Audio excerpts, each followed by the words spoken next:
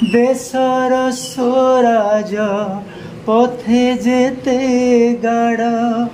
पुरुत ही पड़ी मोर मांस हाड़ पुरुत ही पड़ी मोर मांस हाड़। पुण्यात्मा उत्कलमणि गोपबंधु दासंकर 96तम श्राद्ध दिवस। निश्चय ये आम जापर जड़े लोकर जदि 96तम श्राद्ध दिवस पालन करुचे ताहले से कि प्रकार मनुष्य से मनुष्य नुहंती भगवान। 1919 मसीहा अक्टोबर मास 4 तारिख रे समाजर जेते जन्म नहीं से समय से दिन थिला विजया दशमी बा दशहरा अवसर। यही अवसर रे ओडिशा माटी को अति अंतर माँ भली भल पाउथिबा जहाँ को आम उत्कलमणि गोपबंधु बोली कहू से तांकर मानस संतान समाज को जन्म देते। से लिखिथिले आम देश एबे चिर दरिद्र खाइबा को न पाई जो देश रे लोक मरती सेठरे दशहरा उत्सवर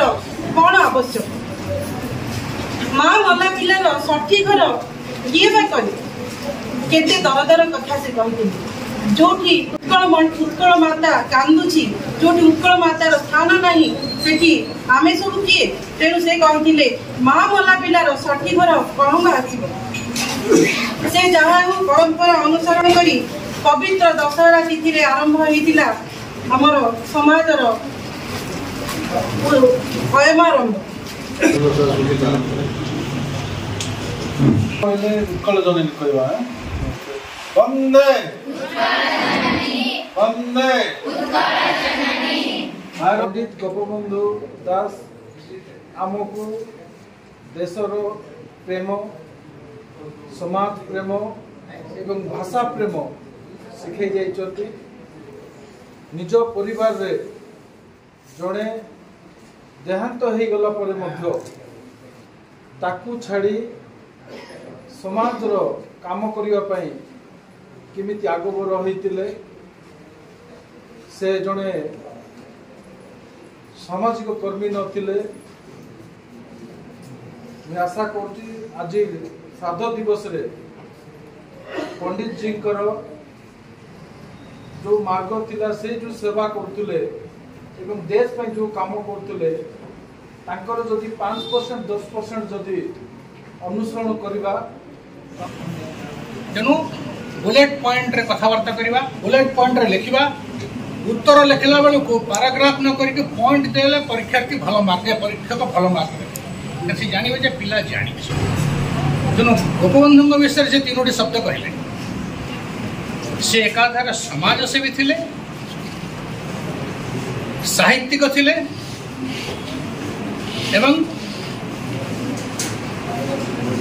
समाज भली एक अनुष्ठान को इथिले जोटा कि लोक मान पाखरे भल सब चिंताधारा को पहुंचे पारे। तो व्यक्तित्वर 3टी दिग एकदम परिव्याप्त होकर अच्छी मु चतुर्थ जिनस आड करुच्ची गोपबंधु दास आम राज्यर बा देशर कहले अत्युक्ति हेनी प्रथम विपर्य परिचालक डिजास्टर मैनेजर कहले अत्युक्ति हे ना। मु विपर्य परिचालन छात्र तेणु गोपबंधु को मु सब स्मरण करे जिते विपर्य परिचालन कथा आसे किंतु पिले गोपबंधुंकर जो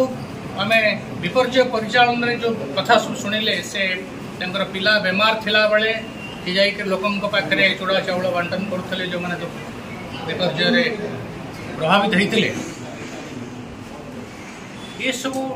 मु निश्चित भाव में से विराट योगजन्म लोक कारण निजर पिला बेमार थिला बेले जन लोक जो अन्य सेवा कर पटांतर ना किंतु से आम आउ गोटे पाद बर्तमान जोड़ी देचे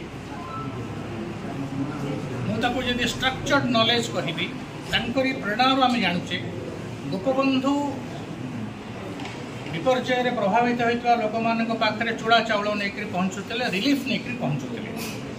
यहाँ को आम कहे रिएक्टिव अप्रोच बात्या बन्या हो गला मुझे लोक पाखे पहुँचली